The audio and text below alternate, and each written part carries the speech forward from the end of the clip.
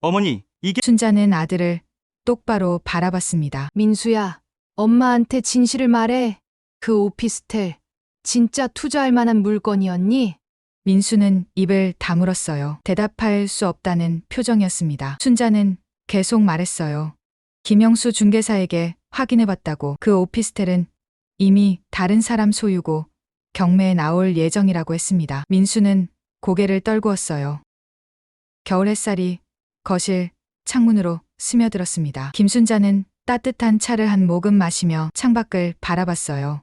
아파트 단지 놀이터에서 뛰노는 아이들의 모습이 보였습니다. 저 아이들도 언젠가는 자라서 부모 곁을 떠나겠죠. 그리고 어쩌면 자신의 아들처럼 변할지도 모른다는 생각이 스쳤습니다. 남편이 세상을 떠난 지 4년이 흘렀어요. 2020년 초봄, 갑작스러운 심장마비로 남편은 곁을 떠났습니다. 50년 가까이 함께한 반려자를 잃은 충격은 이루 말할 수 없었죠. 처음 몇 달은 정말 힘들었어요. 아침에 눈을 뜨면 옆자리가 텅 비어 있다는 사실을 받아들이기 어려웠습니다. 남편이 즐겨 마시던 커피 향이 나면 눈물이 났고 함께 걷던 산책로를 지날 때마다 발걸음이 무거웠죠. 하지만 시간은 모든 상처를 아물게 하는 법이었습니다. 순자는 조금씩 혼자만의 일상을 만들어갔어요. 아침 6시에 일어나 간단한 체조를 하고 혼자서도 맛있게 먹을 수 있는 요리를 배웠습니다.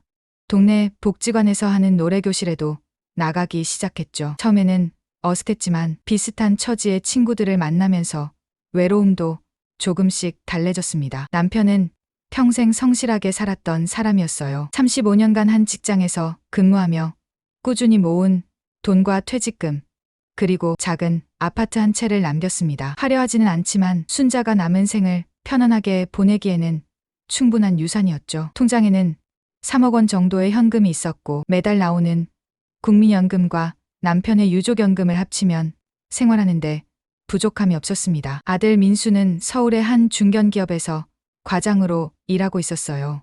39이 된 늦깎이 나이에 겨우 결혼했죠. 며느리 지영은 민수보다 3살 어린 36으로 동네 영어학원에서 강사로 일했습니다. 결혼 전에는 그래도 한 달에 한두 번은 얼굴을 보였던 민수였는데 결혼 후에는 명절 때나 겨우 찾아왔어요.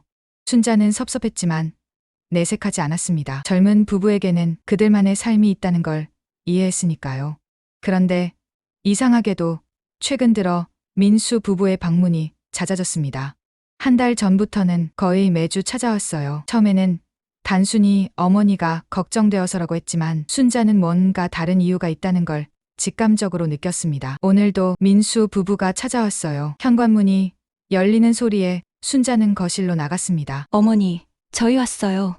지영이 밝은 목소리로 인사했습니다. 손에는 과일 바구니를 들고 있었죠. 민수는 어머니를 보자마자 걱정스러운 표정을 지었어요. 순자는 아들, 부부를 거실로 안내했습니다. 지영이 부엌으로 가서 과일을 씻는 동안 민수는 어머니 옆에 앉았어요. 아들의 표정에서 뭔가 할 말이 있다는 걸 알 수 있었습니다. 과연 그랬죠. 과일을 깎아 온 지영이 자리에 앉자마자 민수가 입을 열었습니다. 어머니, 혼자 계시니까 많이 적적하시죠? 순자는 미소를 지으며 고개를 저었어요. 사실 외롭긴 했지만 아들에게 짐이 되고 싶지 않았습니다. 괜찮아. 복지관에도 다니고 친구들도 있고. 민수와 지영이 눈빛을 주고받는 게 보였어요. 그들이 미리 뭔가를 상의하고 왔다는 게 분명했습니다. 지영이 조심스럽게 말을 꺼냈어요. 어머니, 그래도 이 나이에 혼자 계시는 게 쉽지 않으실 텐데요. 저희가 더 자주 찾아뵙지 못해서 죄송해요. 순자는 며느리의 말에 따뜻함을 느꼈지만 동시에 경계심도 들었습니다. 평소와는 다른 그들의 태도가 오히려 불안하게 만들었죠. 차를 마시며 이런저런 이야기를 나누던 중 민수가 본격적으로 화제를 돌렸습니다. 아들은 최근 경제 상황이 어렵다는 이야기부터 시작했어요. 물가는 계속 오르고 금리는 낮아서 은행에 돈을 넣어둬도 이자가 거의 없다는 거였죠. 순자는 조용히 듣고만 있었습니다. 어머니, 혹시 아버지가 남기신 돈은 어떻게 관리하고 계세요? 민수의 질문에 순자는 잠시 망설였어요. 하지만 아들이니까 숨길 것도 없다고 생각했습니다. 정기예금에 넣어두고 있다고 대답했죠. 민수의 눈빛이 반짝였습니다. 그리고는 열정적으로 재테크의 중요성에 대해 설명하기 시작했어요. 지영도 거들었습니다. 요즘은 부동산 투자가 가장 안전하면서도 수익률이 좋다고 했죠. 순자는 그들의 말을 들으면서 묘한 기분이 들었어요. 마치 보험, 설계사나 투자 상담사의 설명을 듣는 것 같았습니다. 아들 부부가 아니라 영업사원을 대하는 느낌이었죠. 그날 민수 부부는 1시간 넘게 투자의 필요성을 역설했습니다. 순자가 별 관심을 보이지 않자 다음에 다시 이야기하자며 일어났어요. 현관에서 신발을 신으며 민수가 말했습니다. 어머니, 진지하게 생각해보세요. 어머니 재산이 그냥 은행에서 잠자고 있는 거예요. 집으로 돌아가는 차 안에서 민수와 지영은 대화를 나눴을 거예요. 어떻게 하면 어머니를 설득할 수 있을지 고민했겠죠. 순자는 그들이 떠난 후 창밖을 바라보며 생각에 잠겼습니다. 아들의 갑작스러운 관심이 고맙기도 하고 서운하기도 했어요. 진짜 어머니를 걱정해서일까? 아니면 다른 이유가 있는 걸까? 그날 밤 순자는 남편 사진을 꺼내봤습니다. 여보, 민수가 요즘 이상해요. 갑자기 재테크를 하래요. 사진 속 남편은 여전히 온화한 미소를 짓고 있었죠. 순자는 남편이 살아있었다면 어떤 조언을 해줬을까 생각했습니다. 아마도 신중하게 생각해보라고 했을 거예요. 남편은 항상 그런 사람이었으니까요. 다음 주에도 민수 부부가 찾아왔습니다. 이번에는 더 구체적인 제안을 들고 왔어요. 민수가 서류 뭉치를 꺼내며 말했습니다. 어머니, 제가 정말 좋은 투자처를 찾았어요. 제 대학 동창이 부동산 중개사로 일하는데 정말 믿을 만한 사람이에요. 순자는 서류를 받아들었지만 자세히 보지는 않았습니다. 복잡한 숫자와 그래프가 가득했어요. 민수는 열심히 설명했죠. 강남의 한 오피스텔인데 앞으로 개발이 예정되어 있어서 가격이 많이 오를 거라고 했습니다. 지금 투자하면 1년 안에 30%는 수익을 볼 수 있다고 했어요. 지영도 옆에서 거들었습니다. 어머니, 저희도 대출받아서라도 투자하려고 해요. 정말 좋은 기회예요. 순자는 고개를 갸웃거렸어요. 그렇게 좋은 투자처라면 왜 다른 사람들은 모르는 걸까? 왜 민수의 친구가 특별히 그들에게만 알려주는 걸까? 의문이 들었지만 직접적으로 묻지는 않았습니다. 대신 시간을 좀 달라고 했어요. 민수의 표정이 살짝 굳어지는 게 보였습니다. 하지만 이내 웃으며 말했죠. 그럼요. 천천히 생각해 보세요. 다만 너무 오래 고민하시면 기회를 놓칠 수도 있어요. 그들이 떠난 후 순자는 오랜만에 친구 영희에게 전화를 걸었습니다. 영희는 순자보다 2살 많은 65으로 남편과 사별한 지 7년이 된 선배였죠. 순자는 조심스럽게 아들의 제안에 대해 이야기했어요. 영희의 반응은 단호했습니다. 절대 하지 말라고 했어요. 자신도 비슷한 일을 겪었다며 경험담을 들려줬습니다. 영희의 조카가 좋은 투자처가 있다며 권유했는데 결국 사기였다는 거예요. 다행히 큰 피해는 없었지만 가족 간의 신뢰가 무너져서 더 힘들었다고 했죠. 순자는 친구의 조언을 듣고 더욱 신중해졌습니다. 하지만 아들을 의심하고 싶지는 않았어요. 설마 자신의 친아들이 어머니를 속이려 하겠냐고 생각했죠. 그저 순수하게 어머니를 위한 마음에서 제안한 것일 수도 있다고 믿고 싶었습니다. 며칠 후 민수가 혼자 찾아왔어요. 이번에는 한동욱이라는 공인중개사를 데리고 왔습니다. 한동욱은 51 정도로 보이는 중년 남성이었어요. 깔끔한 정장 차림에 친근한 미소를 지으며 인사했습니다. 어머님, 안녕하세요. 한동욱이라고 합니다. 민수가 대학 시절부터 친하게 지낸 친구예요. 순자는 그를 거실로 안내했습니다. 한동욱은 노련한 영업사원답게 부드럽게 대화를 이끌어갔어요. 먼저 순자의 건강을 묻고 혼자 사는 어려움에 대해 공감하는 척했습니다. 그리고는 자연스럽게 투자 이야기로 넘어갔죠. 한동욱이 가방에서 서류를 꺼냈습니다. 오피스텔의 사진과 함께 각종 서류들이었어요. 등기부등본, 건축물 대장, 토지 대장 등 복잡한 서류들이 한 뭉치 있었습니다. 그는 하나하나 설명하며 이 투자가 얼마나 안전한지 강조했어요. 특히 등기부등본을 보여주며 말했습니다. 깨끗한 물건이라고 아무 문제가 없다고 했죠. 순자는 서류를 들여다봤지만 무슨 내용인지 잘 알 수 없었어요. 평생 집안일만 해온 그녀에게 부동산 서류는 너무 복잡했습니다. 한동욱은 계속해서 투자의 장점을 설명했어요. 지금이 최적의 타이밍이라고, 조금만 늦어도 다른 사람에게 넘어갈 수 있다고 압박했습니다. 민수도 옆에서 거들었죠. 어머니를 위해 정말 열심히 알아본 거라고, 이런 기회는 다시 오기 어렵다고 했어요. 순자는 압박감을 느꼈습니다. 하지만 쉽게 결정할 수 없었어요. 3억이라는 돈은 남편이 평생 모은 전부였으니까요. 그녀는 일단 더 생각해 보겠다고 했습니다. 한동욱의 표정에 실망감이 스쳤지만 이내 미소를 지으며 명함을 건넸어요. 언제든 연락 달라고 했죠. 그들이 떠난 후 순자는 깊은 생각에 빠졌습니다. 아들이 그토록 권하는데 계속 거절하기도 어려웠어요. 하지만 마음 한구석에서는 계속 경고음이 울렸습니다. 뭔가 이상하다고, 조심해야 한다고 말이죠. 그날 밤 순자는 잠을 이루지 못했어요. 남편이 그리웠습니다. 이럴 때 옆에서 조언해 줄 사람이 있었다면 얼마나 좋았을까요? 혼자서 모든 걸 결정해야 한다는 게 너무 무거웠습니다. 다음 날 아침 순자는 결심했어요.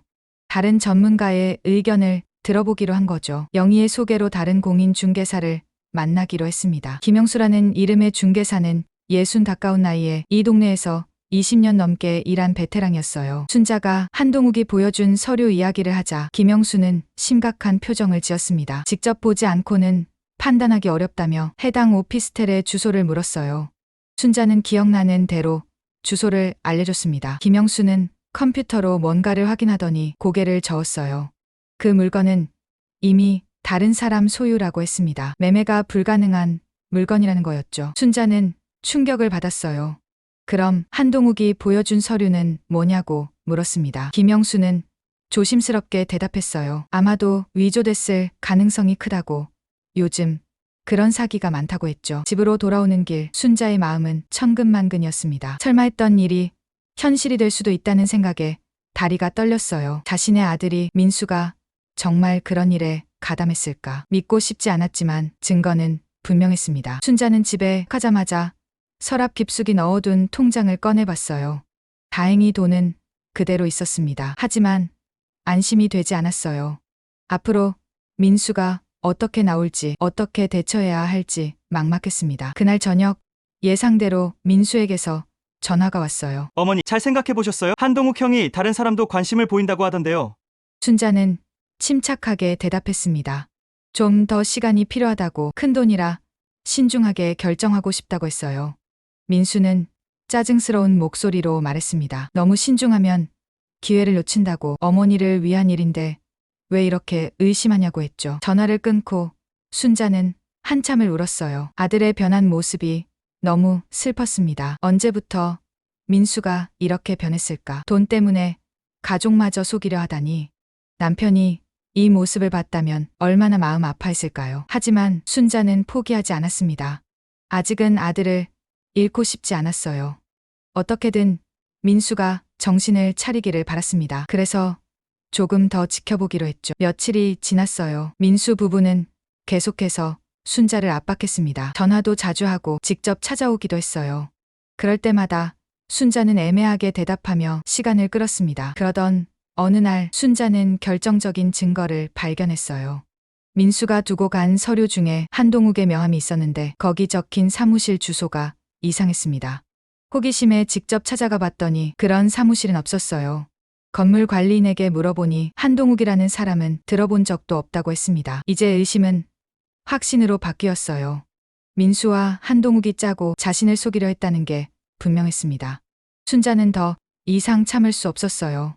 하지만 섣불리 행동하지는 않았습니다. 먼저 더 많은 증거를 모으기로 했죠. 그리고 법적인 조언을 구하기 위해 변호사를 만나기로 했어요. 순자는 영희와 함께 법률사무소를 찾아갔습니다. 변호사는 차분히 상황을 듣고는 몇 가지 조언을 해줬어요.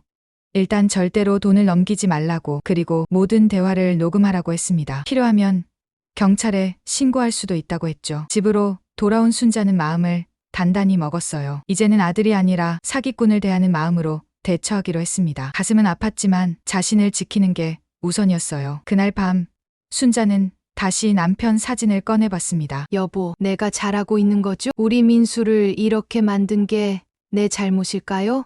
사진 속 남편은 여전히 말이 없었지만 순자는 위로받는 기분이었어요. 남편이라면 분명 잘하고 있다고 강하게 버티라고 했을 거예요. 순자는 눈물을 닦고 일어났습니다. 내일은 또 어떤 일이 벌어질지 모르지만 이제는 준비가 되어 있었어요. 비록 혼자지만 결코 약하지 않다는 걸 보여주겠다고 다짐했습니다. 창밖으로 겨울밤에 찬바람이 불었지만 순자의 마음은 어느 때보다 뜨거웠어요. 남편이 남긴 유산을, 그들의 추억이 담긴 재산을 지켜내겠다는 의지로 가득했습니다. 그리고 가능하다면 아들도 구하고 싶었어요. 민수가 다시 올바른 길로 돌아오기를, 예전의 착한 아들로 돌아오기를 간절히 바랐습니다. 하지만 그것이 불가능하다면 순자는 단호하게 관계를 끊을 준비도 되어 있었어요. 자식이라도 자신을 해치려 한다면 더 이상 자식이 아니었으니까요. 내일 민수가 또 찾아올 거예요. 아마 한동욱도 함께 올지 모릅니다. 하지만 순자는 더 이상 두렵지 않았어요. 오히려 그들과 마주할 준비가 되어 있었습니다. 진실은 언젠가 밝혀지는 법이고 정의는 반드시 승리한다고 믿었으니까요. 순자는 조용히 내일을 기다렸습니다. 며칠이 지난 목요일 오후였어요. 순자는 거실에서 뜨개질을 하고 있었습니다. 남편이 살아있을 때 함께 덮던 담요가 낡아서 새로 짜고 있었죠. 바늘이 실을 엮어가는 소리만이 조용한 집안에 울렸습니다. 그때 초인종이 울렸어요. 순자는 뜨개질을 내려놓고 현관으로 향했습니다. 인터폰 화면에는 민수와 지영 그리고 한동욱의 모습이 보였어요. 순자는 잠시 망설였지만 문을 열었습니다. 어머니, 안녕하세요. 지영이 밝게 인사했어요. 손에는 또 선물 상자를 들고 있었습니다. 이번에는 홍삼 세트였죠. 민수는 어머니를 보자마자 걱정스러운 표정을 지었습니다. 한동욱은 정중하게 고개를 숙여 인사했어요. 순자는 그들을 거실로 안내했습니다. 지영이 홍삼 세트를 탁자 위에 올려놓으며 말했어요. 어머니 안색이 좀 안 좋으신 것 같아서요.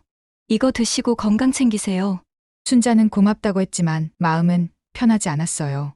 며느리의 친절이 부담스러웠습니다. 평소에는 명절 때나 겨우 찾아오던 며느리가 이렇게 자주 선물을 사오니 오히려 불안했죠. 민수가 먼저 말을 꺼냈어요. 어머니, 저번에 말씀드린 투자건 생각해 보셨어요? 순자는 천천히 고개를 끄덕였습니다. 생각은 해봤지만 아직 결정하지 못했다고 했어요. 민수의 표정이 조금 어두워졌습니다. 한동욱이 가방에서 서류를 꺼내며 말했어요. 어머님, 오늘은 더 자세한 자료를 가져왔습니다. 이 자료를 보시면 왜 이 투자가 좋은지 확실히 아실 거예요. 그는 노트북을 꺼내 프레젠테이션을 시작했습니다. 화면에는 그래프와 차트들이 가득했어요. 강남 지역의 부동산 가격 상승률, 향후 개발 계획, 예상 수익률 등이 자세히 나와 있었죠. 한동욱의 설명은 매우 전문적이었습니다. 순자는 복잡한 내용을 이해하기 어려웠지만 열심히 들으려고 노력했어요. 그가 특히 강조한 것은 이 오피스텔이 위치한 지역이 곧 재개발될 예정이라는 점이었습니다. 지영도 옆에서 거들었어요. 자신들도 대출을 받아서라도 투자할 계획이라고 했죠. 그만큼 확실한 투자처라는 거였습니다. 민수는 어머니의 눈을 바라보며 진지하게 말했어요. 어머니, 저희가 이렇게 열심히 알아보는 이유가 뭐겠어요? 다 어머니 노후를 편안하게 해드리고 싶어서예요. 순자는 아들의 말에 마음이 흔들렸어요. 정말 자신을 위한 마음에서 나온 행동일 수도 있다는 생각이 들었습니다. 하지만 김영수 중개사의 말이 계속 머릿속에 맴돌았죠. 그 오피스텔은 이미 다른 사람 소유라는 말이요. 한동욱이 등기부등본을 꺼내 보여주며 말했어요. 어머님, 이 등기부등본 보세요. 완전히 깨끗합니다. 아무 문제가 없어요. 순자는 등기부등본을 자세히 들여다봤어요. 확실히 복잡한 내용이 많았지만 빨간 줄로 지워진 부분은 없었습니다. 근저당이나 가압류 같은 것도 보이지 않았죠. 하지만 순자는 이미 알고 있었어요. 이 서류가 위조됐을 가능성이 크다는 것을요. 그래도 모르는 척하며 계속 들었습니다. 한동욱은 계약의 안전성을 거듭 강조했어요.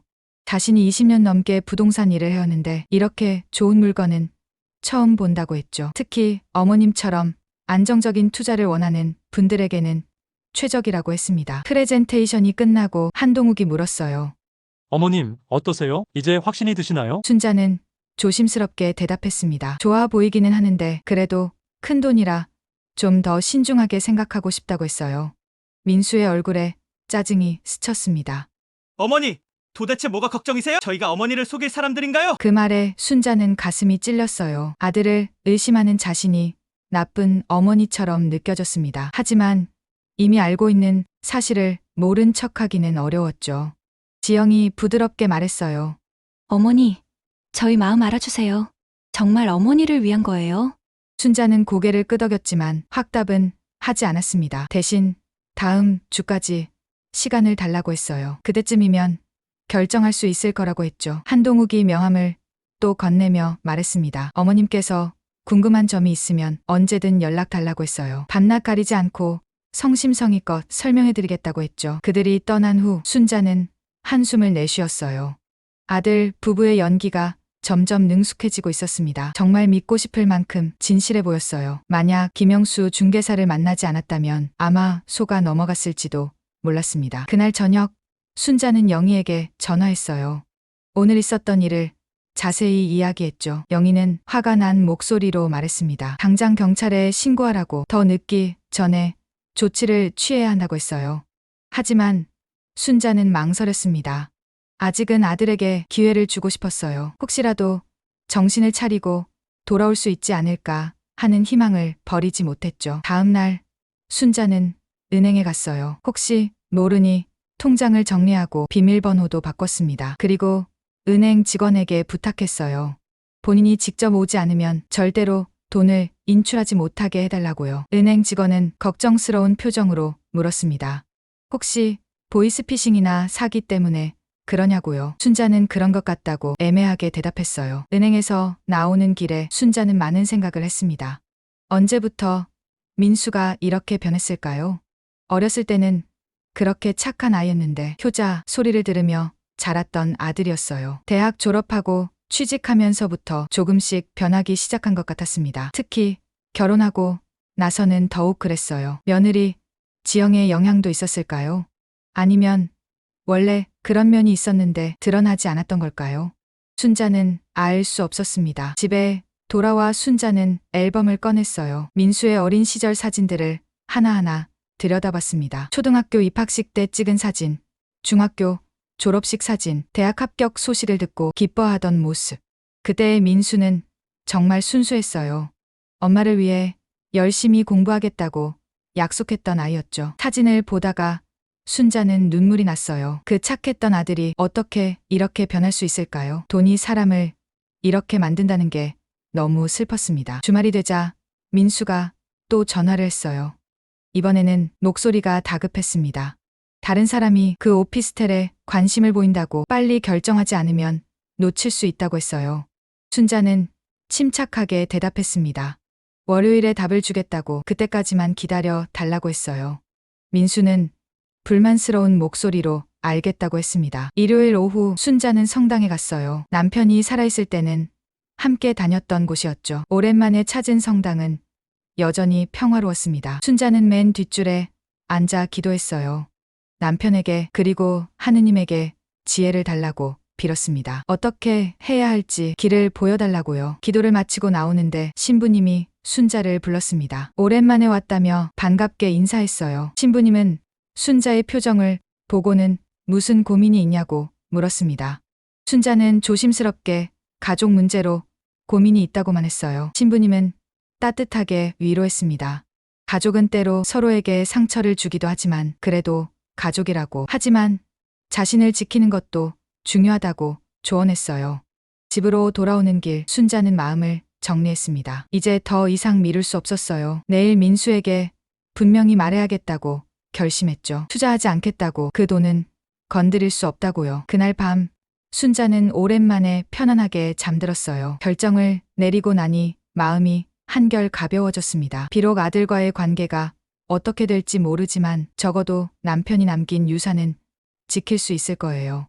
월요일 아침이 밝았습니다. 순자는 일찍 일어나 집안을 깨끗이 청소했어요. 마치 마음속 먼지도 함께 털어내는 것 같았죠. 아침을 먹고 차를 마시며 민수의 전화를 기다렸습니다. 오전 10시쯤 전화벨이 울렸어요.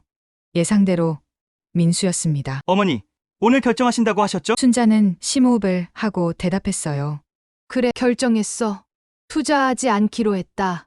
전화 너머로 침묵이 흘렀습니다. 그리고 민수의 차가운 목소리가 들렸어요. 어머니, 정말이세요? 저희가 이렇게 노력했는데? 순자는 단호하게 말했습니다. 미안하지만 그 돈은 아버지가 평생 모은 거라고, 함부로 쓸 수 없다고 했어요. 민수는 화가 난 목소리로 말했습니다. 어머니가 너무 고지식하다고, 세상이 어떻게 돌아가는지 모른다고 했어요. 심지어 아버지가 그렇게 아끼고만 있다가 뭐가 남았냐고까지 했죠. 그 말에 순자는 가슴이 아팠어요. 죽은 남편까지 욕하는 아들이 너무 서글펐습니다. 하지만 마음을 굳게 먹고 말했어요. 민수야, 엄마 결정이야. 더 이상 이 이야기는 하지 말자. 민수는 차갑게 대답했습니다. 나중에 후회하지 말라고, 이런 기회는 다시 오지 않는다고 했어요. 그리고는 전화를 뚝 끊어버렸죠. 순자는 전화기를 내려놓고 한숨을 쉬었어요. 이제 시작이었습니다. 아들이 어떻게 나올지, 어떤 일이 벌어질지 알 수 없었어요. 하지만 적어도 첫 번째 고비는 넘겼습니다. 오후가 되자 민수가 집으로 찾아왔어요. 이번에는 혼자가 아니었습니다. 지영과 한동욱도 함께였죠. 그들의 표정은 모두 굳어 있었어요. 순자는 불안했지만 침착하게 그들을 맞았습니다. 거실에 앉자마자 민수가 말했어요. 어머니, 다시 한번 생각해보세요. 정말 좋은 기회예요. 한동욱도 거들었습니다. 어머님이 오해하고 계신 것 같다고, 자신은 정말 좋은 물건만 소개한다고 했어요. 20년 경력이 있는데 사기 같은 걸 칠 이유가 없다고 했죠. 지영은 눈물까지 글썽이며 말했어요. 어머니, 저희를 못 믿으세요? 가족인데요. 순자는 그들의 연기에 속지 않았어요. 이미 모든 걸 알고 있었으니까요.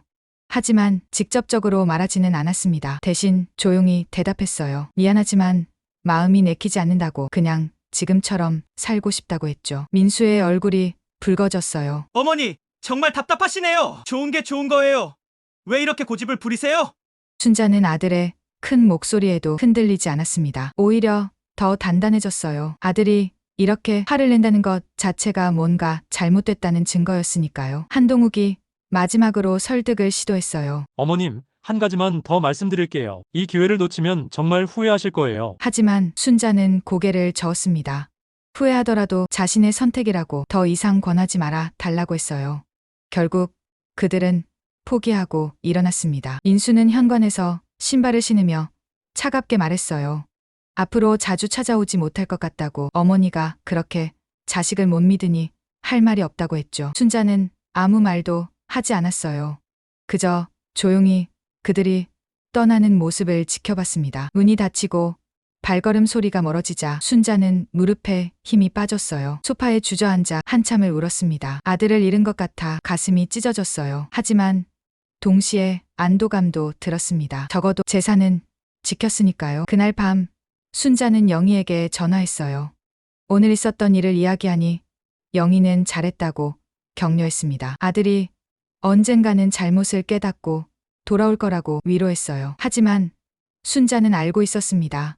민수가 쉽게 포기하지 않을 거라는 걸요. 아마 다른 방법을 찾아올지도 모른다는 생각이 들었어요. 그래서 더욱 조심해야 했습니다. 영희의 조언대로 순자는 집에 CCTV 설치하기로 했어요. 그리고 현관문 비밀번호도 바꿨습니다. 혹시 모를 상황에 대비해야 했으니까요. 며칠이 지났지만 민수에게서는 연락이 없었어요. 평소 같으면 걱정이 됐을 텐데 이번에는 오히려 마음이 편했습니다. 적어도 당분간은 압박에서 벗어날 수 있었으니까요. 하지만 순자는 알고 있었어요.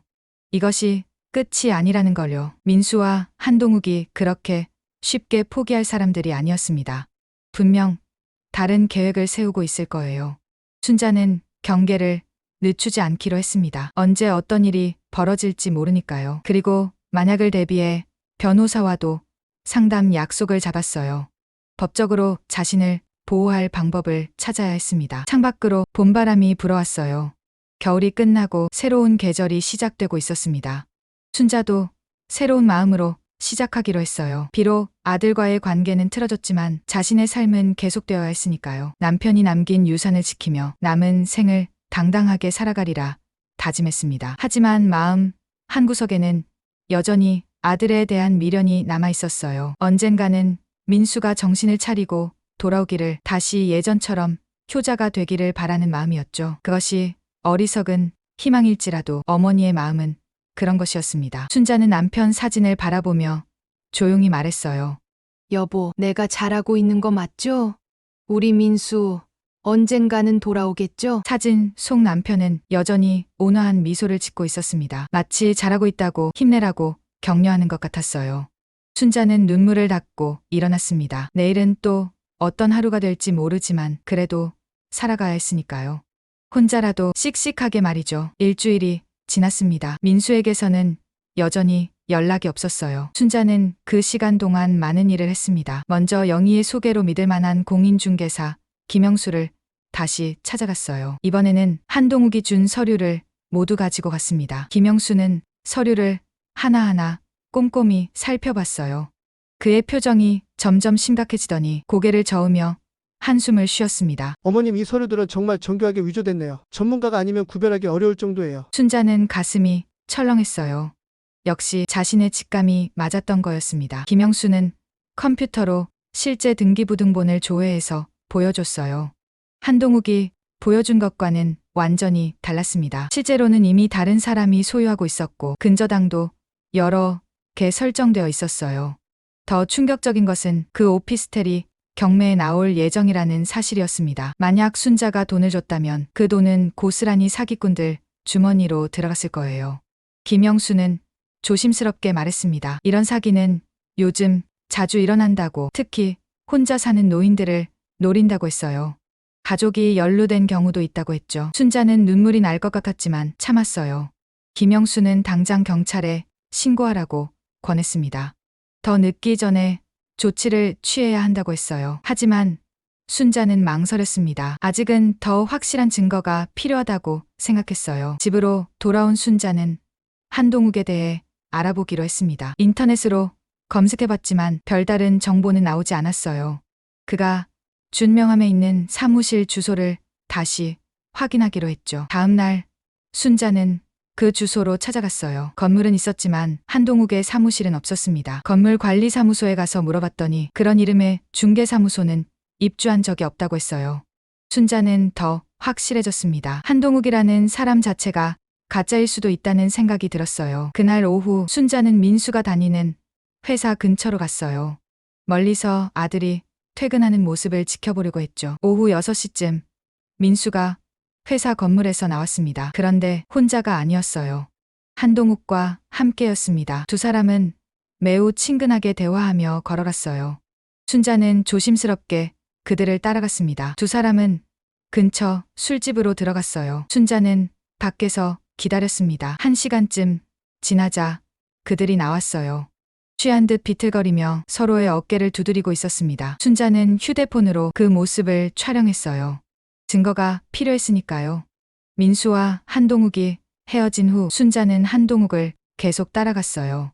그는 택시를 타고 어디론가 갔습니다. 순자도 서둘러 택시를 잡아타고 뒤를 쫓았죠. 한동욱이 내린 곳은 강남의 한 오피스텔이었어요. 아이러니하게도 순자에게 투자하라고 권했던 바로 그 오피스텔이었습니다. 한동욱은 건물 안으로 들어가지 않고 밖에서 누군가를 기다렸어요.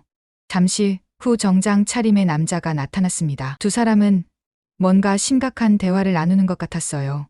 순자는 멀리서 그들의 모습을 계속 촬영했습니다. 10분쯤 대화를 나눈 후 정장 남자가 한동욱에게 봉투를 건넸어요. 한동욱은 봉투를 받아 주머니에 넣었습니다. 그리고는 만족스러운 표정으로 돌아섰죠. 순자는 가슴이 두근거렸어요. 뭔가 결정적인 증거를 잡은 것 같았습니다. 집으로 돌아와 순자는 촬영한 영상을 다시 봤어요. 화질은 좋지 않았지만 민수와 한동욱이 함께 있는 모습은 분명했습니다. 이제 의심은 확신이 되었어요. 그날 밤 순자는 잠을 이룰 수 없었습니다. 아들이 정말로 자신을 속이려 했다는 사실이 너무 충격적이었어요. 어떻게 이런 일이 가능한지 도저히 이해할 수 없었습니다. 다음 날 아침 뜻밖의 지영에게서 전화가 왔어요. 어머니, 안녕하세요. 잘 지내시죠? 목소리는 평소처럼 상냥했지만 순자는 경계심을 늦추지 않았습니다. 지영은 민수가 요즘 스트레스를 많이 받는다고 했어요. 회사 일도 힘들고 어머니와의 관계도 틀어져서 괴로워한다고 했죠. 순자는 조용히 들었습니다. 지영의 말이 끝나기를 기다렸어요. 어머니, 한 번만 더 생각해 주시면 안 될까요? 민수가 정말 어머니를 위한 마음이었어요. 순자는 단호하게 대답했어요. 이미 결정한 일이라고 더 이상 그 이야기는 하지 말자고 했습니다.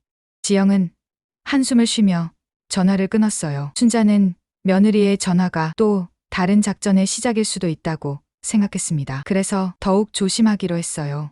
그날 오후 순자는 변호사 사무실을 찾아갔습니다.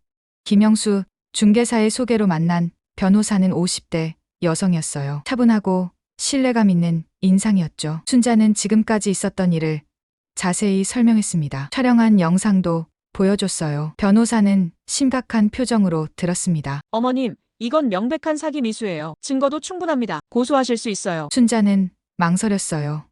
아들을 고소한다는 게 쉽지 않았습니다. 변호사는 이해한다는 듯 고개를 끄덕였어요. 하지만 이런 일은 처음이 아니라고 했습니다. 가족 간 재산 사기가 의외로 많다고 했어요. 특히 노인들을 대상으로 한 사기가 늘고 있다고 했죠. 변호사는 일단 내용 증명을 보내는 것부터 시작하자고 제안했어요. 경고의 의미로 보내는 거라고 했습니다. 그래도 계속 접근한다면 그때 고소를 고려해보자고 했어요. 순자는 그 방법이 좋을 것 같다고 생각했습니다. 아직은 아들에게 마지막 기회를 주고 싶었으니까요. 변호사 사무실을 나와 집으로 가는 길 순자는 많은 생각을 했어요. 어쩌다 이런 일이 벌어진 걸까요? 남편이 살아있었다면 이런 일은 없었을 텐데. 하지만 이제는 혼자서도 강해져야 했습니다. 자신을 지키기 위해서라도요. 집에 도착하니 현관문 앞에 누군가 서 있었어요. 민수였습니다. 순자는 놀랐지만 침착하게 문을 열었어요. 민수는 거실로 들어가 소파에 앉았습니다. 표정이 어두웠어요. 한참을 말없이 있다가 입을 열었습니다. 어머니, 제가 너무했죠? 순자는 대답하지 않고 아들을 바라봤어요. 민수가 진심으로 반성하는 건지 아니면 또 다른 연기인지 알 수 없었습니다. 민수는 계속 말했어요. 회사에서도 일이 잘 안 풀리고 경제적으로 힘들다고 했습니다. 그래서 조급한 마음에 어머니께 무리한 부탁을 했다고 했어요. 순자는 여전히 말이 없었습니다. 아들의 말을 끝까지 들어보기로 했어요. 어머니, 정말 죄송해요. 앞으로는 이런 일 없을 거예요. 민수는 고개를 숙였습니다. 진짜 미안해하는 것처럼 보였어요. 하지만 순자는 쉽게 믿을 수 없었습니다. 이미 너무 많은 거짓을 봤으니까요. 순자는 조용히 말했어요. 민수야, 한동욱이라는 사람 정말 내 친구 맞니? 민수의 어깨가 움찔했어요. 잠시 망설이다가 대답했습니다. 그렇다고 대학 동창이라고 했어요. 순자는 계속 물었습니다. 그 사람이 정말 공인중개사가 맞냐고, 사무실은 어디에 있냐고요. 민수는 당황한 표정을 지었어요. 왜 그런 걸 묻냐고, 의심하는 거냐고 되물었습니다. 순자는 대답 대신 휴대폰을 꺼냈어요. 어제 찍은 영상을 보여줬습니다. 민수와 한동욱이 술집에서 나오는 장면이었죠. 민수의 얼굴이 창백해졌어요. 어머니, 이게 순자는 아들을 똑바로 바라봤습니다. 민수야, 엄마한테 진실을 말해. 그 오피스텔 진짜 투자할 만한 물건이었니? 민수는 입을 다물었어요. 대답할 수 없다는 표정이었습니다. 순자는 계속 말했어요. 김영수 중개사에게 확인해봤다고. 그 오피스텔은 이미 다른 사람 소유고 경매에 나올 예정이라고 했습니다. 민수는 고개를 떨구었어요. 변명도 하지 않았습니다. 순자는 눈물이 났지만 참았어요. 어떻게 엄마한테 이럴 수 있니? 아빠가 평생 모은 돈을 내가 가져가려고? 민수는 갑자기 고개를 들었어요. 눈이 붉어져 있었습니다. 어머니는 모르세요. 저희가 얼마나 힘든지. 목소리가 커졌어요. 순자는 놀랐지만 가만히 들었습니다. 민수는 터뜨리듯 말했어요. 집값은 계속 오르는데 월급은 그대로라고. 평생 일해도 집 한 채 사기 어렵다고 했습니다. 지영도 힘들게 일하는데 생활비도 빠듯하다고 했어요. 그런데 어머니는 3억이나 되는 돈을 그냥 은행에 넣어두고 있다고. 그게 얼마나 아까운지 아냐고 했습니다. 순자는 충격을 받았어요. 아들이 이런 생각을 하고 있었다니. 그래서 엄마를 속이려고 했니? 그게 내가 할 일이야? 민수는 대답하지 못했어요. 한참을 침묵이 흘렀습니다. 순자는 마음을 정리하고 말했어요. 민수야, 나가. 당분간 엄마를 찾아오지 마. 민수가 놀란 표정으로 어머니를 봤어요. 하지만 순자는 단호했습니다. 민수는 결국 일어났어요. 현관으로 가면서 뒤돌아봤지만 순자는 고개를 돌렸습니다. 문이 닫히는 소리가 들렸어요. 순자는 그제야 눈물을 흘렸습니다. 아들을 내쫓은 것 같아 가슴이 아팠어요. 하지만 어쩔 수 없었습니다. 이대로 두면 더 큰 일이 날 것 같았으니까요. 그날 밤 순자는 영희에게 전화했어요. 있었던 일을 모두 이야기했습니다. 영희는 잘했다고, 때로는 단호해야 한다고 위로했어요. 민수도 시간이 지나면 자신의 잘못을 깨달을 거라고 했죠. 하지만 순자는 불안했어요. 민수가 순순히 포기할 것 같지 않았습니다. 분명 다른 방법을 찾을 거예요. 그래서 더욱 조심해야 했습니다. 다음 날 순자는 계획대로 내용 증명을 발송했어요. 민수와 한동욱 앞으로 보내는 경고장이었습니다.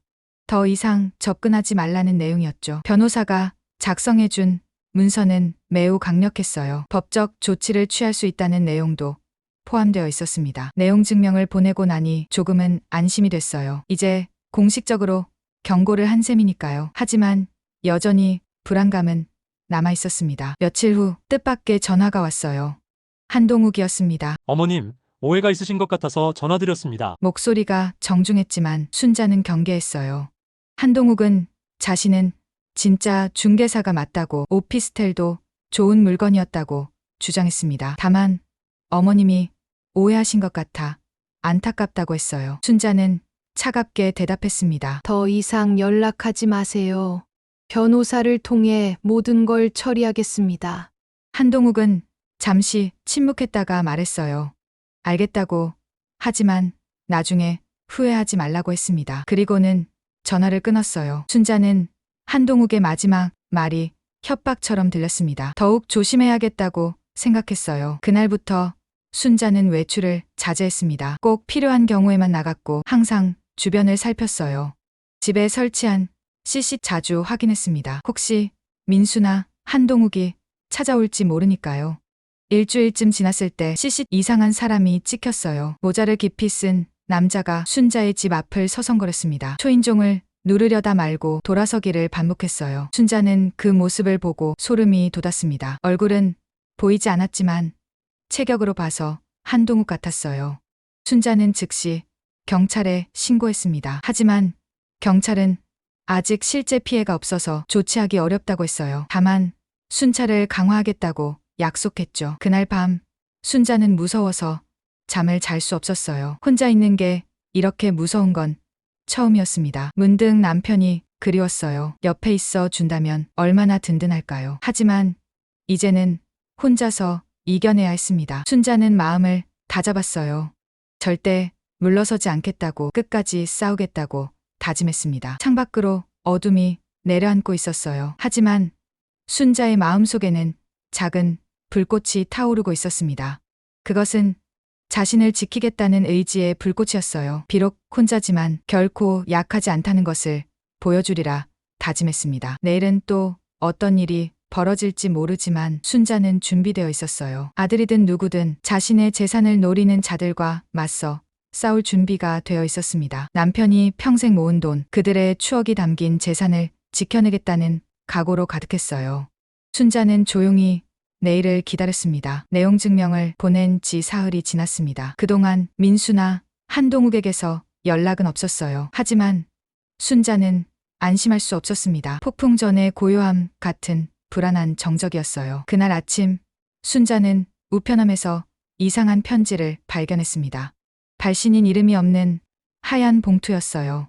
조심스럽게 열어보니 한 장의 사진이 들어있었습니다. 순자가 혼자 길을 걷는 모습이 찍혀 있었어요.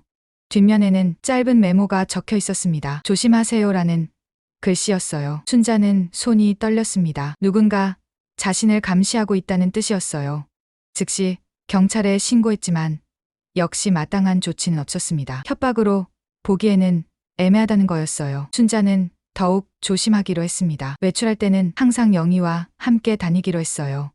영희는 기꺼이 도와주겠다고 했습니다. 그렇게 며칠이 더 지났어요. 어느 날 오후 순자가 영희와 함께 장을 보고 돌아오는 길이었습니다. 아파트 입구에서 낯선 여자가 다가왔어요. 김순자 씨 맞으시죠? 순자는 경계하며 고개를 끄덕였습니다. 여자는 자신을 소개했어요. 강남경찰서 사기전담팀 형사라고 했습니다. 신분증을 보여주며 잠시 이야기를 나누고 싶다고 했어요. 순자는 영희와 함께 경찰서로 갔습니다. 형사는 충격적인 이야기를 들려줬어요. 한동욱이라는 사람이 여러 건의 부동산 사기에 연루되어 있다는 거였습니다. 이미 여러 명의 피해자가 있었고 수사 중이라고 했어요. 더 놀라운 것은 민수의 이름도 수사 선상에 올라와 있다는 사실이었습니다. 한동욱과 공모한 정황이 포착됐다는 거였어요. 순자는 가슴이 무너지는 것 같았습니다. 형사는 순자의 협조가 필요하다고 했어요. 지금까지 있었던 일을 자세히 진술해달라고 했습니다. 그리고 가지고 있는 증거 자료도 제출해달라고 했어요. 순자는 그동안 모아둔 모든 자료를 제출했습니다. 위조된 서류들, 촬영한 영상, 녹음 파일까지 모두 넘겼어요. 형사는 자료를 검토하며 고개를 끄덕였습니다. 충분한 증거가 될 것 같다고 했어요. 형사는 조심스럽게 물었습니다. 아들을 고소할 의향이 있는지 묻는 거였어요. 순자는 망설였습니다. 아무리 나쁜 짓을 했어도 자식은 자식이었으니까요. 하지만 형사의 다음 말에 마음이 흔들렸어요.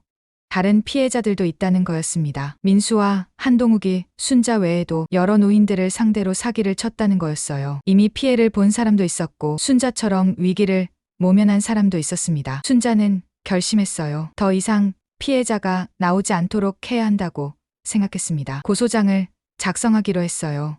경찰서에서 나오는 길, 영희가 순자의 손을 꼭 잡았습니다. 힘들겠지만 잘 결정했다고, 용기 있는 선택이라고 위로했어요. 순자는 눈물을 참으며 고개를 끄덕였습니다. 집으로 돌아온 순자는 깊은 생각에 빠졌어요.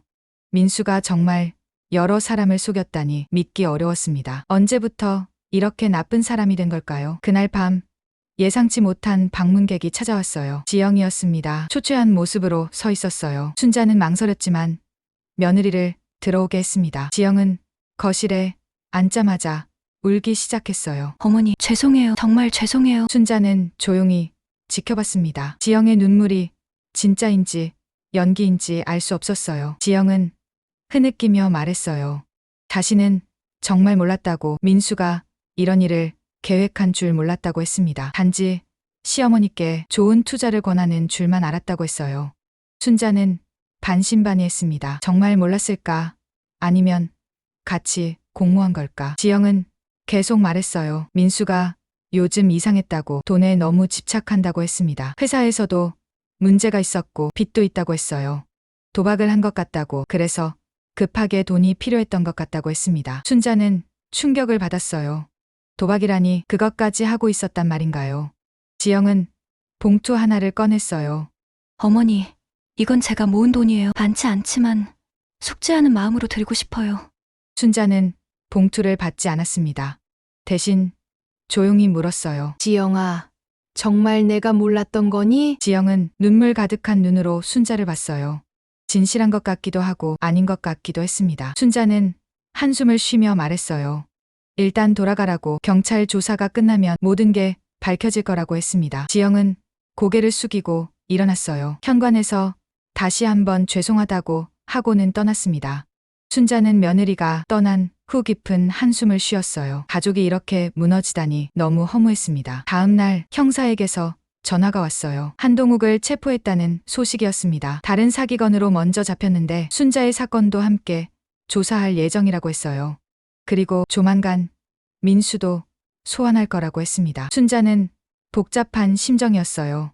아들이 경찰 조사를 받는다니 가슴이 아팠습니다. 하지만 이미 시작된 일이었어요. 돌이킬 수 없었습니다. 며칠 후 민수가 경찰서에 출석했다는 소식을 들었어요.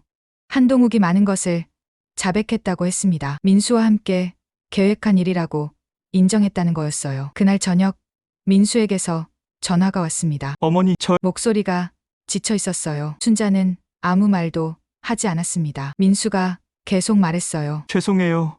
정말 죄송해요. 제가 미쳤었나 봐요. 순자는 여전히 침묵했습니다. 무슨 말을 해야 할지 몰랐어요. 민수는 자신의 잘못을 인정했어요. 도박으로 큰 빚을 졌고 그것을 갚으려고 나쁜 생각을 했다고 했습니다. 한동욱이 방법을 제시했고 자신이 동의했다고 했어요. 어머니를 속이려 했어요. 용서받을 수 없는 일이죠. 하지만 정말 죄송합니다. 순자는 눈물이 났어요. 아들의 목소리에서 후회가 느껴졌습니다. 하지만 그렇다고 용서할 수는 없었어요. 민수야, 내가 한 일의 대가는 받아야 해. 엄마는 더 이상 도와줄 수 없어. 민수는 알겠다고 했어요. 그리고는 조용히 전화를 끊었습니다. 순자는 전화기를 내려놓고 한참을 울었어요. 자식을 포기한다는 게 이렇게 아픈 일인 줄 몰랐습니다. 하지만 어쩔 수 없었어요. 민수는 스스로 그 길을 선택했으니까요. 일주일 후 형사가 다시 찾아왔어요. 수사가 거의 마무리됐다고 했습니다. 한동욱은 여러 건의 사기로 구속됐고 민수는 공모 혐의로 기소될 예정이라고 했어요. 다행히 순자는 실제 피해를 보지 않아서 민수의 형량은 그리 무겁지 않을 거라고 했습니다. 하지만 전과자가 되는 건 피할 수 없었어요. 순자는 고개를 끄덕였습니다. 이미 각오한 일이었으니까요. 형사가 떠난 후 순자는 창밖을 바라봤어요. 봄이 완연했습니다. 새싹이 돋고 꽃이 피어나고 있었어요. 자연은 여전히 아름다웠지만 순자의 마음은 겨울처럼 차가웠습니다. 그때 초인종이 울렸어요. 인터폰을 보니 영희였습니다. 순자는 문을 열어줬어요.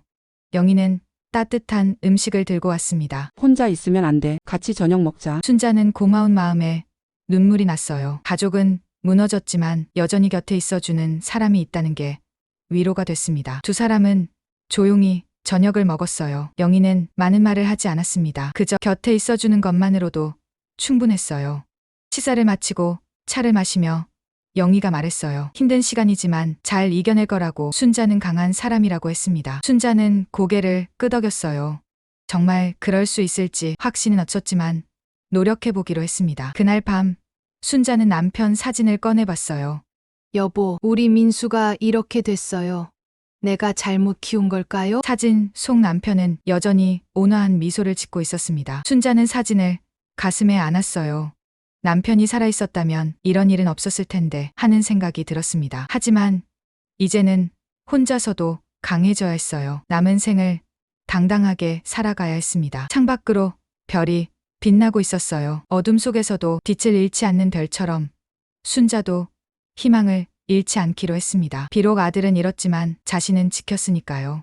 그것만으로도 충분하다고 생각하기로 했습니다. 내일은 또 새로운 하루가 시작될 거예요.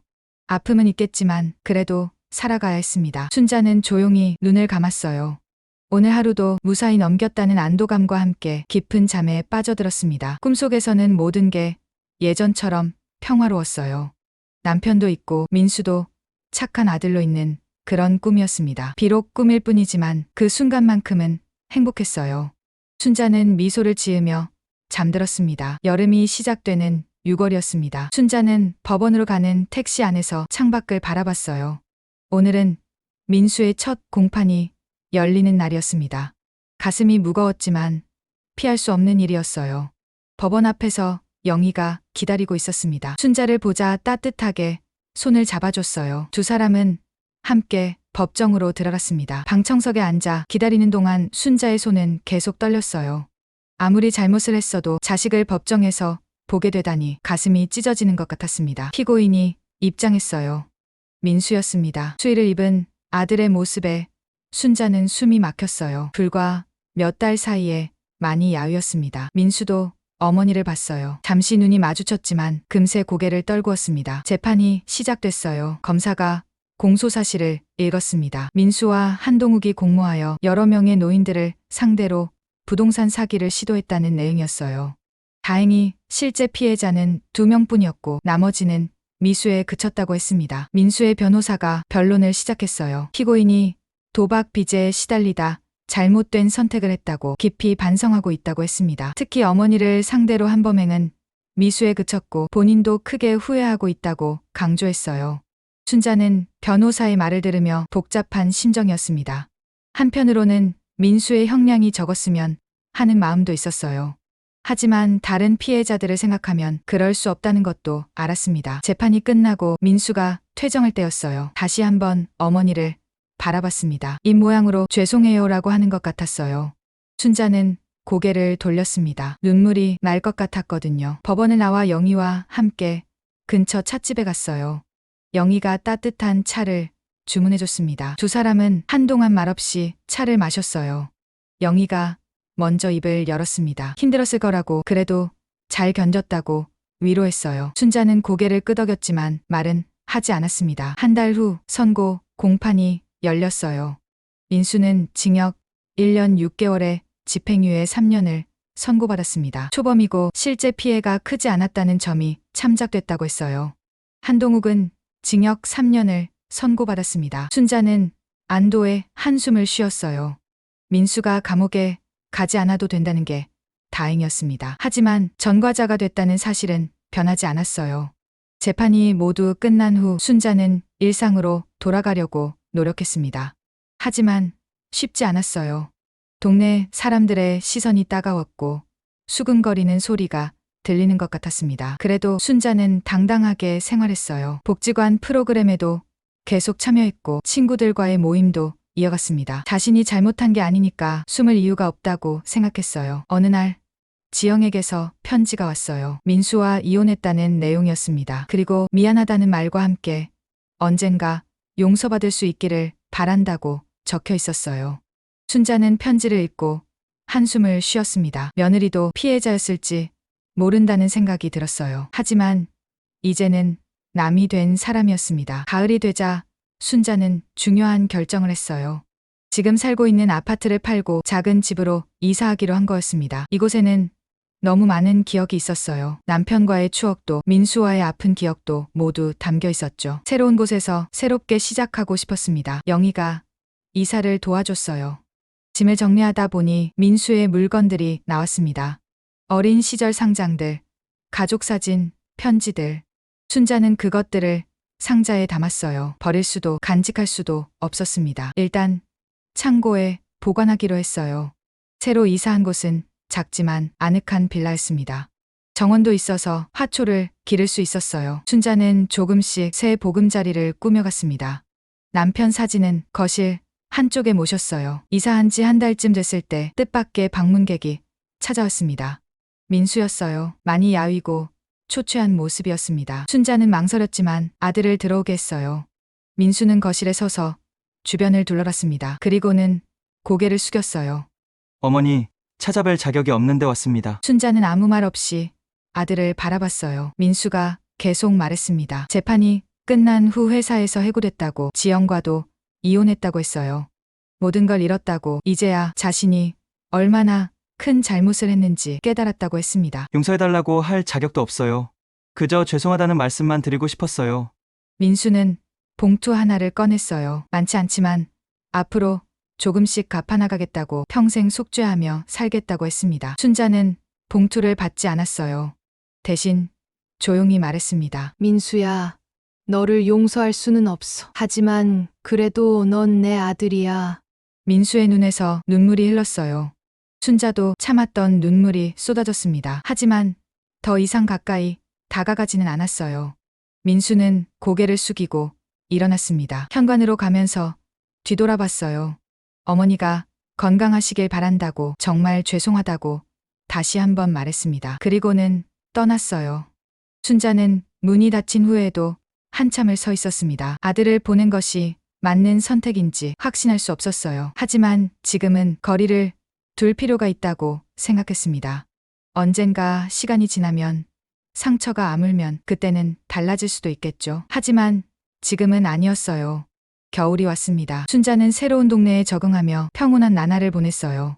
복지관에서 새로운 친구들도 만났고 취미 생활도 시작했습니다. 뜨개질 모임에 가입해서 다른 할머니들과 함께 목도리를 뜨기도 했어요. 어느 날 순자는 큰 결심을 했습니다. 남은 재산의 일부를 기부하기로 한 거였어요. 부동산 사기 피해자들을 돕는 단체에 기부하기로 했습니다. 자신은 다행히 피해를 보지 않았지만 그렇지 못한 사람들이 많다는 걸 알았으니까요. 기부를 하고 나니 마음이 한결 가벼워졌어요. 남편이 평생 모은 돈이 좋은 일에 쓰인다는 게 뿌듯했습니다.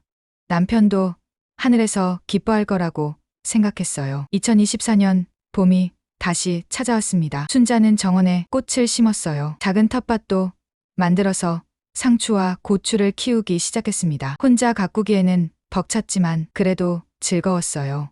영희가 자주 놀러와서 도와줬습니다. 두 사람은 함께 차를 마시며 이런저런 이야기를 나눴어요.